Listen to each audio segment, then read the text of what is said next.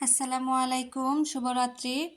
তো আজকে রাতের জন্য বুটের ডাল রান্না করছি। এইভাবে রান্না করলে অনেক মজা লাগে।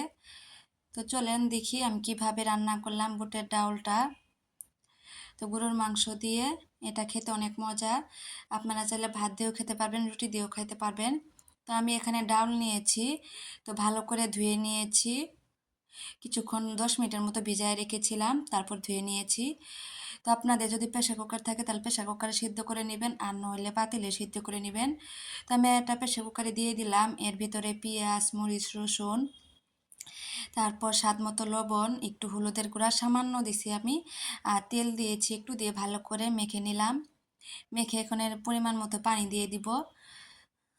তো দিয়ে এখন ঢাকনা দিয়ে ঢেকে দেব। আমি 6টা 7টার মতো শীষ দিয়ে নিয়েছি। তো দেখেন আমি একটু হাত দিয়ে দেখছিলাম যে সিদ্ধ হয়েছে কিনা, তো সিদ্ধ হয়ে গেছে। তো এখানে এটা বাগার দিব। তো সেজন্য আমি কড়াই বসিয়ে দিয়েছি চুলায়, পাশের চুলায়। তো কড়াইতে আমি তেল দিয়ে দিলাম। তেলের পরিমাণ একটু কমাই দিলাম, কারণ আমরা একটু তেল এখন কম খাই। আবার এতে আমি আগেও একটু তেল দিয়েছি সেজন্য। তো আমি এখানে রান্না করা গরুর মাংসটা দিব, যেভাবে রান্না করা হয় সেটা দিব। তো আসিল রান্না করা গরুর মাংস, তো সেটা দিয়ে আমি আজকে রান্না করব। তো রান্না করা যদি গরুর মাংস থাকে তো এইভাবে একটা না ঝটপট বানিয়ে নিতে পারবেন বুটের ডাউল। তো এখানে আমি গরম মশলা দিলাম, এলাচ, দারচিনি, তেজপাতা দিয়ে, পাঁচফোড়ন দিয়ে, পেঁয়াজ রসুন দিয়ে ভালো করে ভেজে নিলাম।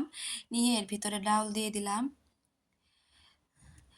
তো দেওয়ার পরে এখানে যে মাংস আছে তো সেটা আমি দিয়ে দিব, রান্না করা মাংস। একদম আপনারা যেভাবে খাওয়ার জন্য রান্না করেন সেই মাংসটাই আর কি আমি দিয়ে দিলাম এখানে।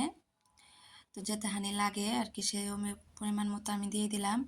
দিয়ে এখন ভালো করে নেড়ে চেড়ে নেব, কয়েকটা বলক তুলে নেব। তো তাতেই আমার বুটের ডাল রান্না হয়ে যাবে গরুর মাংস দিয়ে। এটা আপনারা রুটি দিয়েও খাইতে পারবেন, বা ভাত দিয়েও খাইতে পারবেন, লুচি দিয়েও খাইতে পারবেন। অনেক মজা এটা এভাবে রান্না করলে।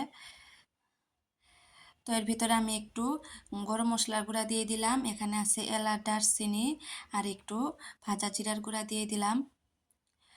তো দিয়ে ভালো করে একটু নেড়ে চেড়ে নিলাম।